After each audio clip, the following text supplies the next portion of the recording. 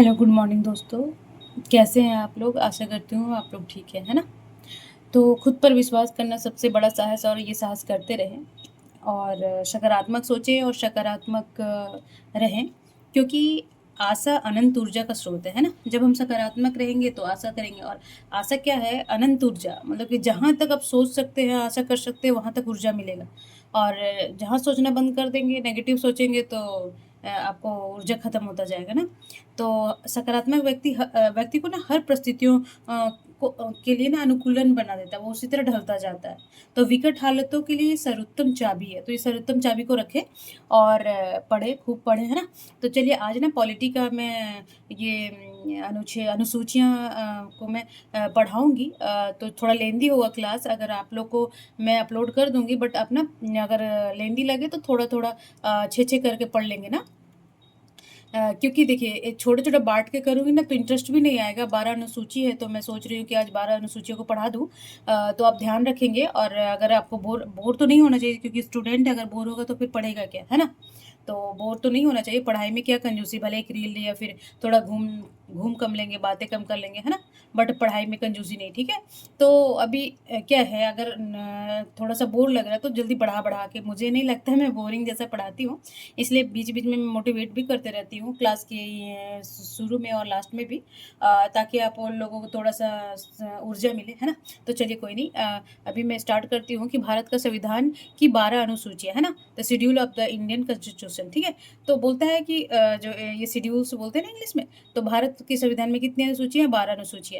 तो देखिए भारत की ये हमारा संविधान है ना? जो हमें जीने का हक देता है और रूल रेगुलेशन को देश को चलाने के लिए सर्वोत्तम बुक है ना? तो भारत संविधान में 12 अनुसूचियाँ हैं जो विभिन्न विषयों, है ना?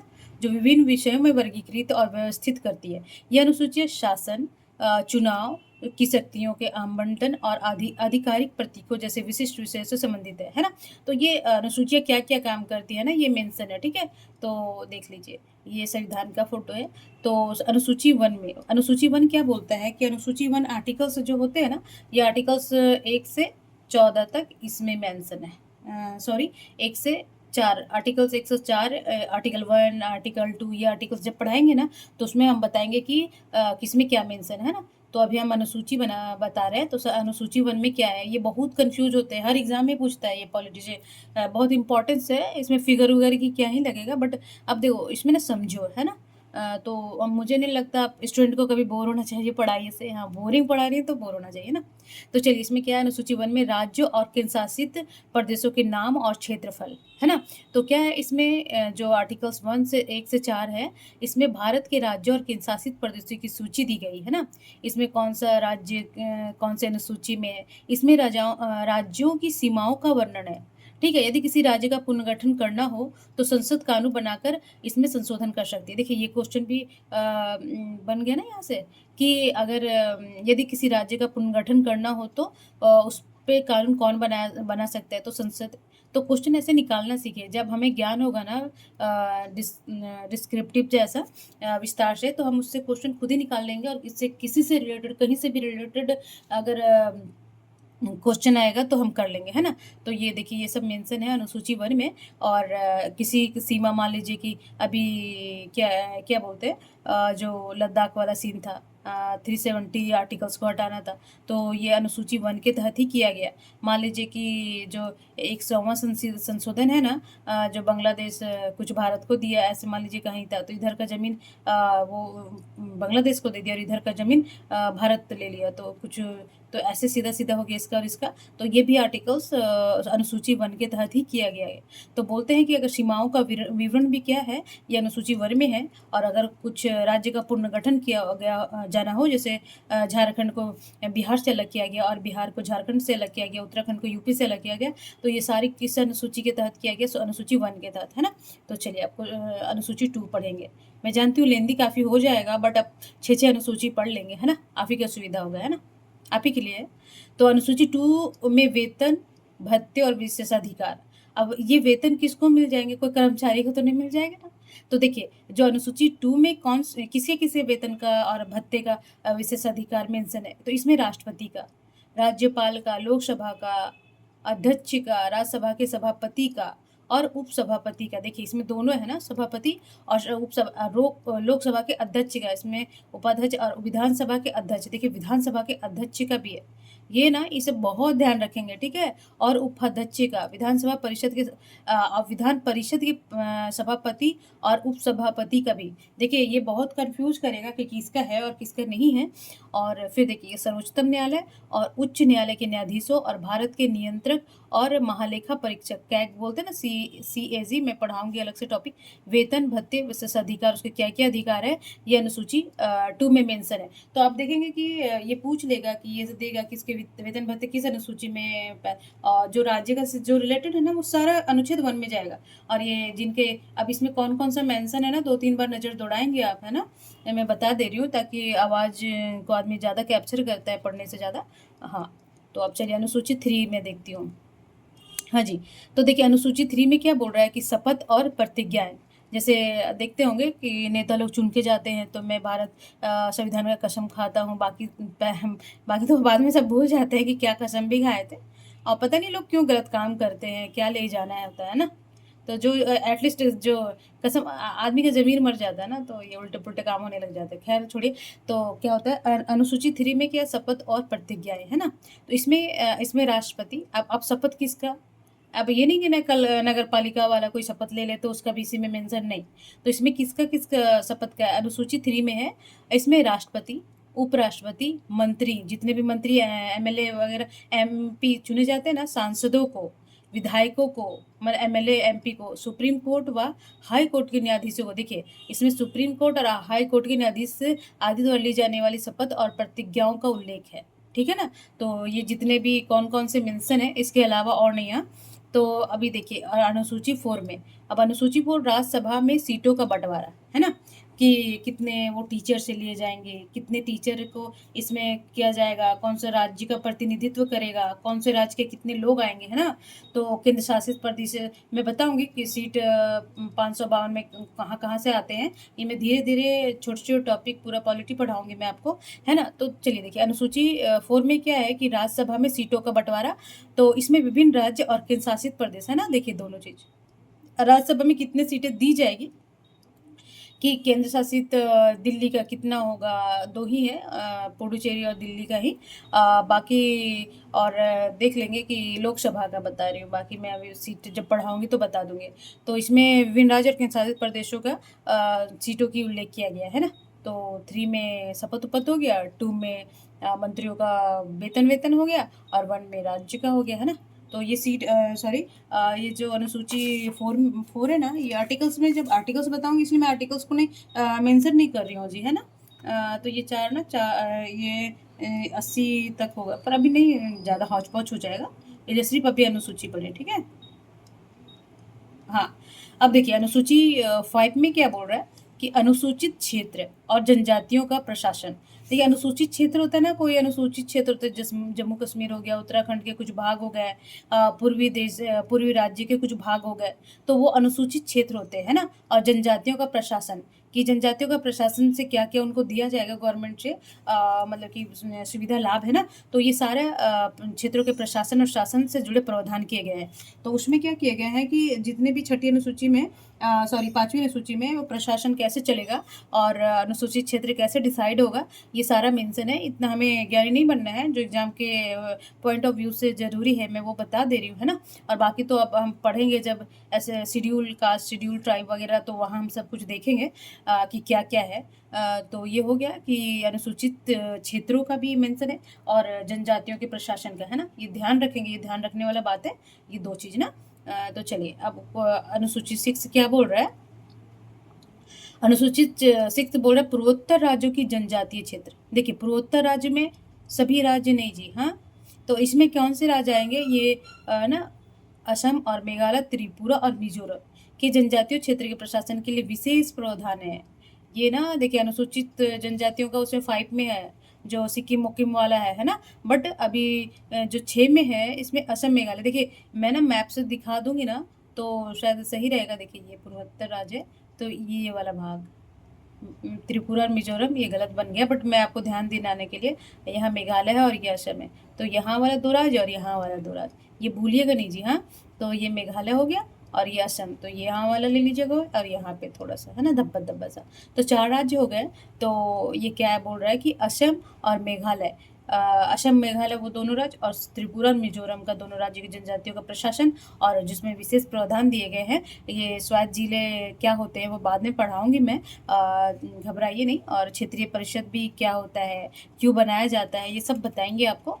तो अभी बस इतना ध्यान रखना है कि अनुसूची 6 क्या बोल रहा है ना, कुछ कुछ बोलता है, सारी अनुसूचियाँ कुछ बोल रहे हैं ना, तो क्या बोल रहे हैं, मैं ध्यान से देखना पड़ेगा और सुनना पड़ेगा, ठीक है। तो अनुसूची 7, union state of concurrent list बोलते हैं इंग्लिश में, ठीक है, कॉन्करेंट लिस्ट, ठीक है। तो विशेष सूची 7 में क्या है, 3 सूची है जी, ठीक है। इसमें मैं थोड़ा सा भरवली में बता देती हूँ जल्दी जल्दी ना, फिर क्या होगा कि ठीक है।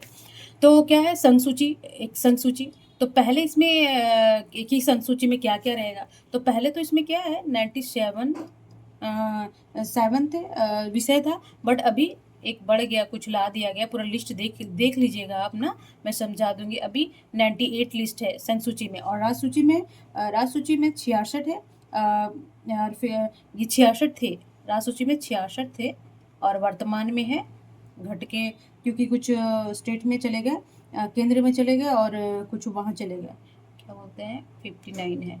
और समवर्ती सूची में हो गया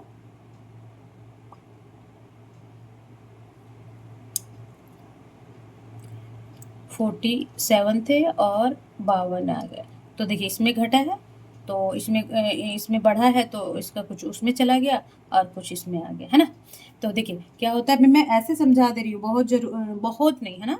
तो कि अभी मेन ये संघ सूची समवर्ती सूची सारा लिस्ट जब हम बताएंगे, या फिर पढ़ लेंगे बुक से आप, बस एक 3 सूची 7 में ना, 7 में 3 है ना, तो 7 3 ऐसे घटा के, तो 7 3 याद रहेगा कि 7 में 3 बस, है ना। तो 7 में 3 अनुसूची है, तो संघ सूची यूनियन लिस्ट ना। तो केंद्र सरकार के अधिकार वाले विषय जैसे रक्षा और विदेश नीति, है ना, और हैं, 98 है, तो बट अभी मैं 2 बता दे रही हूँ कि रक्षा। तो केंद्र संघ सूची में क्या होता है ना कि इससे रिलेटेड जितने भी कानून है ना, सिर्फ ओनली है ना, सिर्फ केवल वो इस पे कानून कौन बना सकता है, तो संसद यानी कि केंद्र सरकार, ठीक है। इसमें राज्य का हाँ हूँ भी नहीं कर सकता, है ना। तो ये नहीं बोलेगा कि हाँ चलो बना देते, कोई बात नहीं। और राज्य सूची में ये स्टेट लिस्ट है। तो राज्य सूची के अधिकार वाले जैसे पुलिस, स्वास्थ्य, किसके अंदर आता है, हेल्थ, पुलिस, ये सब। तो ये होता है राज्य सूची। ये इस पे कानून कौन बना सकता है, तो राज्य सूची। अब ऐसे नहीं कि इसमें ये बना नहीं सकता, जब ये राज्यपाल बोलेगा तो इससे पास होके जाएगा, तो ये इसे बना सकता है। और समवर्ती सूची में कॉन्करेंट लिस्ट में केंद्र और राज्य दोनों के अधिकार विषय जैसे शिक्षा, विवाह, पर ये गवर्नमेंट कर नहीं रही है, स्टेट गवर्नमेंट का एजुकेशन बहुत ही खस्ता हाल है। मतलब सड़ा पिटारा बोलेंगे ना, बदबू आता है, बस एजुकेशन वाला बदबू आ रहा है आजकल तो स्टेटों का, ठीक है, खैर छोड़िए। तो समवर्ती सूची में केंद्र और राज्य दोनों का अधिकार वाले विषय जैसे शिक्षा और विवाह और वन, है ना। तो अभी क्या है ना, समवर्ती सूची में क्या होता है, ये केंद्र भी बना सकता है और राज्य बना जाता है, मगर जो मान्य होगा ना केंद्र सरकार का होगा। जैसे राज्य सूची बना सकता है, मगर अगर लगेगा कि संघ को लगेगा कि नहीं, इसको नहीं बनाना है, तो उसका पूरा अधिकार, मेन तो ये होता है, बट ये बना सकता है और ये बनाएगा, है ना, उसमें अंतर होता है। और राज्य सूची में कभी कभी क्या होता है कि अगर नहीं समझ में आ रहा है, तो फिर ये इस पे भी ये केंद्र बना सकता है, पर समवर्ती सूची में इसका भी अधिकार रहता है और इसका भी अधिकार रहता है, और संघ सूची में सिर्फ केंद्र का अधिकार रहता है ना। तो चलिए अभी आर्टिकल अनुसूची 8 पढ़ लेते हैं ना।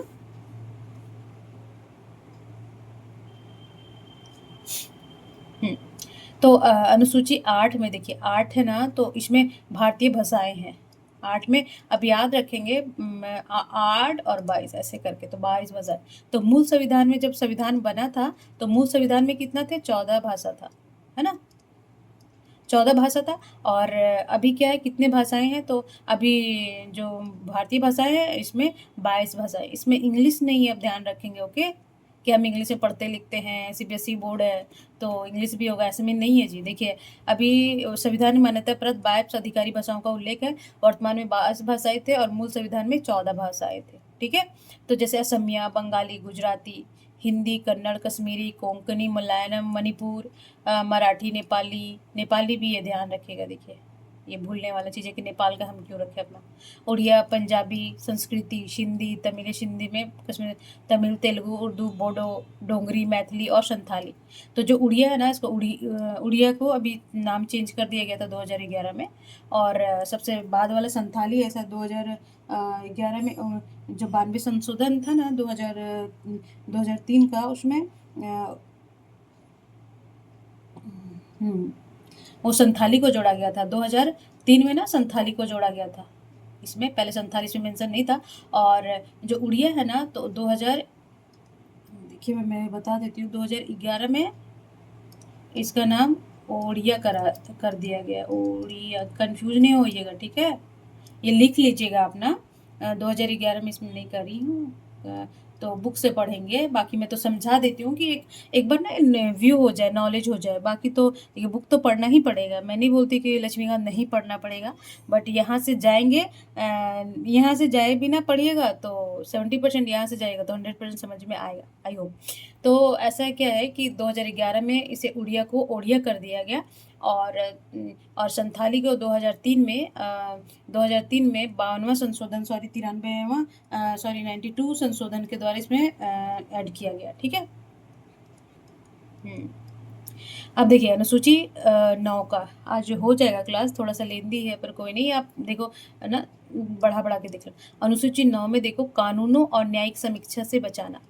तो क्या है, भारतीय संविधान की 9वीं अनुसूची 1951 में, हाँ अब ये भी एक क्वेश्चन बन सकता है ना कि जो पहला संशोधन जो अनुसूची 1 में पहला संशोधन किससे रिलेटेड हुआ। तो अनुसूची पहला, जब संविधान का पहला संशोधन हुआ 1951 में, तो क्या हुआ था, कब हुआ था, हाँ, तो पहला संशोधन किसमें, वो 9वीं अनुसूची के लिए। तो क्या होता है, माध्यम से जोड़ी गई थी और इसका मुख्य उद्देश्य कुछ कानूनों को न्यायिक समीक्षा से बचाना था, है ना। इसका मतलब यह है कि एक बार जब कोई कानून 9वीं अनुसूची में शामिल हो जाता है तो उसे मौलिक अधिकारों का उल्लंघन करने का धारदार चुनौती नहीं दी जा सकती, है ना। अगर इसमें कोई भी कानून बन गया, इसे जमीन उमीन का था ना, पहले जमींदारी व्यवस्था था, तो जमीन उमीन का मामला था, तो इसी से रिलेटेड ये कानून लाया गया था, अनुसूची डाला गया था नया, तो इसी में संशोधन किया गया था। 1951 में पहला संशोधन इसी को हुआ था, ठीक है। तो क्या है कि मौलिक अधिकारों को उल्लंघन की नहीं, मौलिक अधिकार उल्लंघन है, इसलिए मैं संशोधन कर सकता हूँ। तो ये मौलिक अधिकार का उल्लंघन उसे मौलिक अधिकार को उल्लंघन करने का अदालत को चुनौती नहीं दी सकती, इसमें अदालतों को ना चुनौती नहीं दी जा सकती, है ना। तो ये ध्यान रखिएगा। अब हो गया अनुसूची 10। हाँ, तो अनुसूची 10 में क्या बोलता है ना कि देखिए, अनुसूची 10 में आमतौर पर दल बदल विरोधी कानून के रूप में जाना जाता है। ये दल बदल विरोधी कानून किस अनुसूची को जाना जाता है, ये भी क्वेश्चन बन सकता है ना। तो दल बदल कानून अनुसूची 10 को भी दल बदल कानून के रूप में जाना जाता है।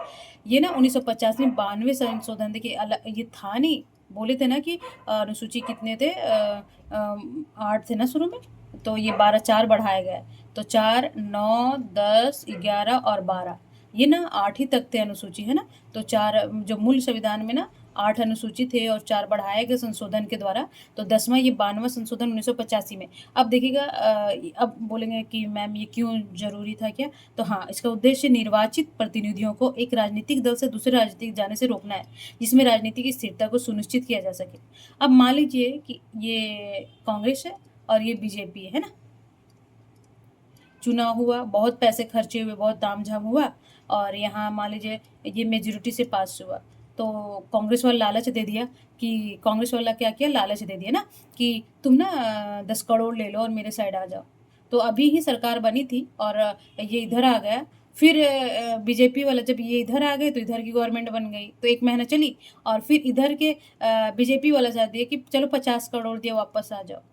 तो अगर इसी तरह रहा जाए तो इसके लिए कुछ टाइम पीरियड डिसाइड होना चाहिए ना कि इतने दिन में क्या-क्या रूल है। मैं बताऊँगी, दल बदल कानून है, एक अलग टॉपिक बनाऊँगी उसको, तो मैं समझाऊँगी कि दल बदल कानून है आखिर क्या। तो अगर मान लीजिए कभी ये इधर चला गया, कभी इधर चला गया, तो क्या स्थिरता बनी रहेगी? नहीं ना। तो इसके लिए कानून होना चाहिए ना। पैसे, अब ये नहीं बोलेंगे पैसे एकदम खबरदार मारना नहीं है करके, ठीक है। तो ये अस्थिरता को रोकने के लिए, तो राजनीतिक स्थितियाँ सुनिश्चित करने के लिए, स्थिरता सुनिश्चित करने के लिए दल बदल कानून लाया गया था कि कम से कम 6 महीने तक तो वो दल नहीं बदल सकता, है ना? तो और बहुत सारे प्रोसेस है, मतलब कि इसमें कानून है, मैं बताऊँगी, तो अभी मोटा-मोटा याद रख लीजिए कि 12वें संशोधन के द्वारा इसमें लाया गया था, और क्या बोलते हैं कि राजनीति की स्थिरता बनी रहे, कि जो कम से कम जिस पार्टी से चुन के जाए उस पार्टी में रहे, और देश चलता रहे। तो इसी उद्देश्य से दल बदल कानून लाया गया था 1985 में 12वें संशोधन के द्वारा, ठीक है? अब देखिए, अनुसूची 11 पंचायती राज व्यवस्था, ये बहुत, बहुत, बहुत फ़ेवरेट टॉपिक होता है पीसीएस, ओसीएस वालों का, तो पंचायती राज से जोड़ा गया है। तो ये बहुत सारे, देखिए कौन से अनुसूची में, 11 में, ओके। तो पहले पंचायत गाँव जाएँगे, फिर शहर जाएँगे ना जी। तो ये ऐसे याद रखिएगा कि पहले हम गाँव में रहेंगे, फिर शहर जाते हैं ना लोग। तो ये अनुसूची 11 पंचायती राज व्यवस्था, तो ये 73, देखिए ये भी पूछता है कि ये उसमें ना 29 विषय हैं, क्या-क्या है, मनोरंजन सभी है। जब हम पंचायती राज पढ़ाएँगे तो उसमें हम बताएँगे कि पंचायत कितने 29 विषय कौन-कौन से पंचायत काम कर सकता है। बट आजकल कुछ नहीं करते हैं, बस बन जाते हैं और बस अपना रौब जाते हैं, गाड़ी चलाते हैं, गाड़ी में लोगो लगा लिए और पंचायत खेलते हैं, है ना? काम तो आजकल सभी जगह भूल ही गए हैं। तो देखिए, अनुसूची 11 पंचायती राज व्यवस्था, ये 73वां संविधान संशोधन 1952 से जोड़ी गई है ना? तो ये अनुसूची 11 में 73वां संशोधन के द्वारा 1952 में जोड़ा गया, और उसमें कितने हैं, 29 विषय हैं। कानून तो क्या बोलिएगा, एक गोल्ड है, डायमंड है, बट उस काम करने वाले सारे मिट्टी जैसे हैं, तो इसीलिए ना गोल्डन पे ना मिट्टी चढ़ते रहता है और कभी साफ भी नहीं होता, ठीक है?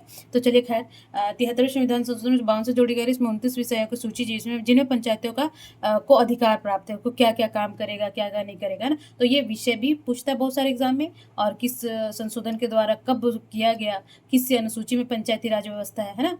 तो अब हम 12 एक लास्ट है, पेशेंस ना खोएँ और ध्यान से पढ़ें, आप ही के लिए है, आपके भविष्य के लिए ही है। ठीक है क्लास? तो ठीक है। तो अनुसूची 12 में नगरपालिका व्यवस्था है, और ये 74वां संशोधन 1992 में जोड़ा गया, इसमें 18 विषय हैं। देखिए, ये कन्फ्यूज़ नहीं होना है कि सबसे ज़्यादा पंचायत में है 29 विषय, और इसमें 18 विषय है ना? तो इसमें नगरपालिकाओं को अधिकार दिया गया है ना? तो जब हम नगरपालिका पढ़ाएँगे ना, तो इसका सारा मेंशन कर देंगे। तो मुझे लगता है कि अभी अनुसूची से इससे बाहर क्या ही होगा। बट अभी ज्ञान का कोई अंत नहीं, और बहुत कुछ होता है, बहुत ऐड करते जाइए तो, बट अभी देखिए, अनुसूची में अगर इतना ही पढ़ लेंगे ना, तो कहीं कन्फ्यूज़ नहीं होंगे आप, है ना?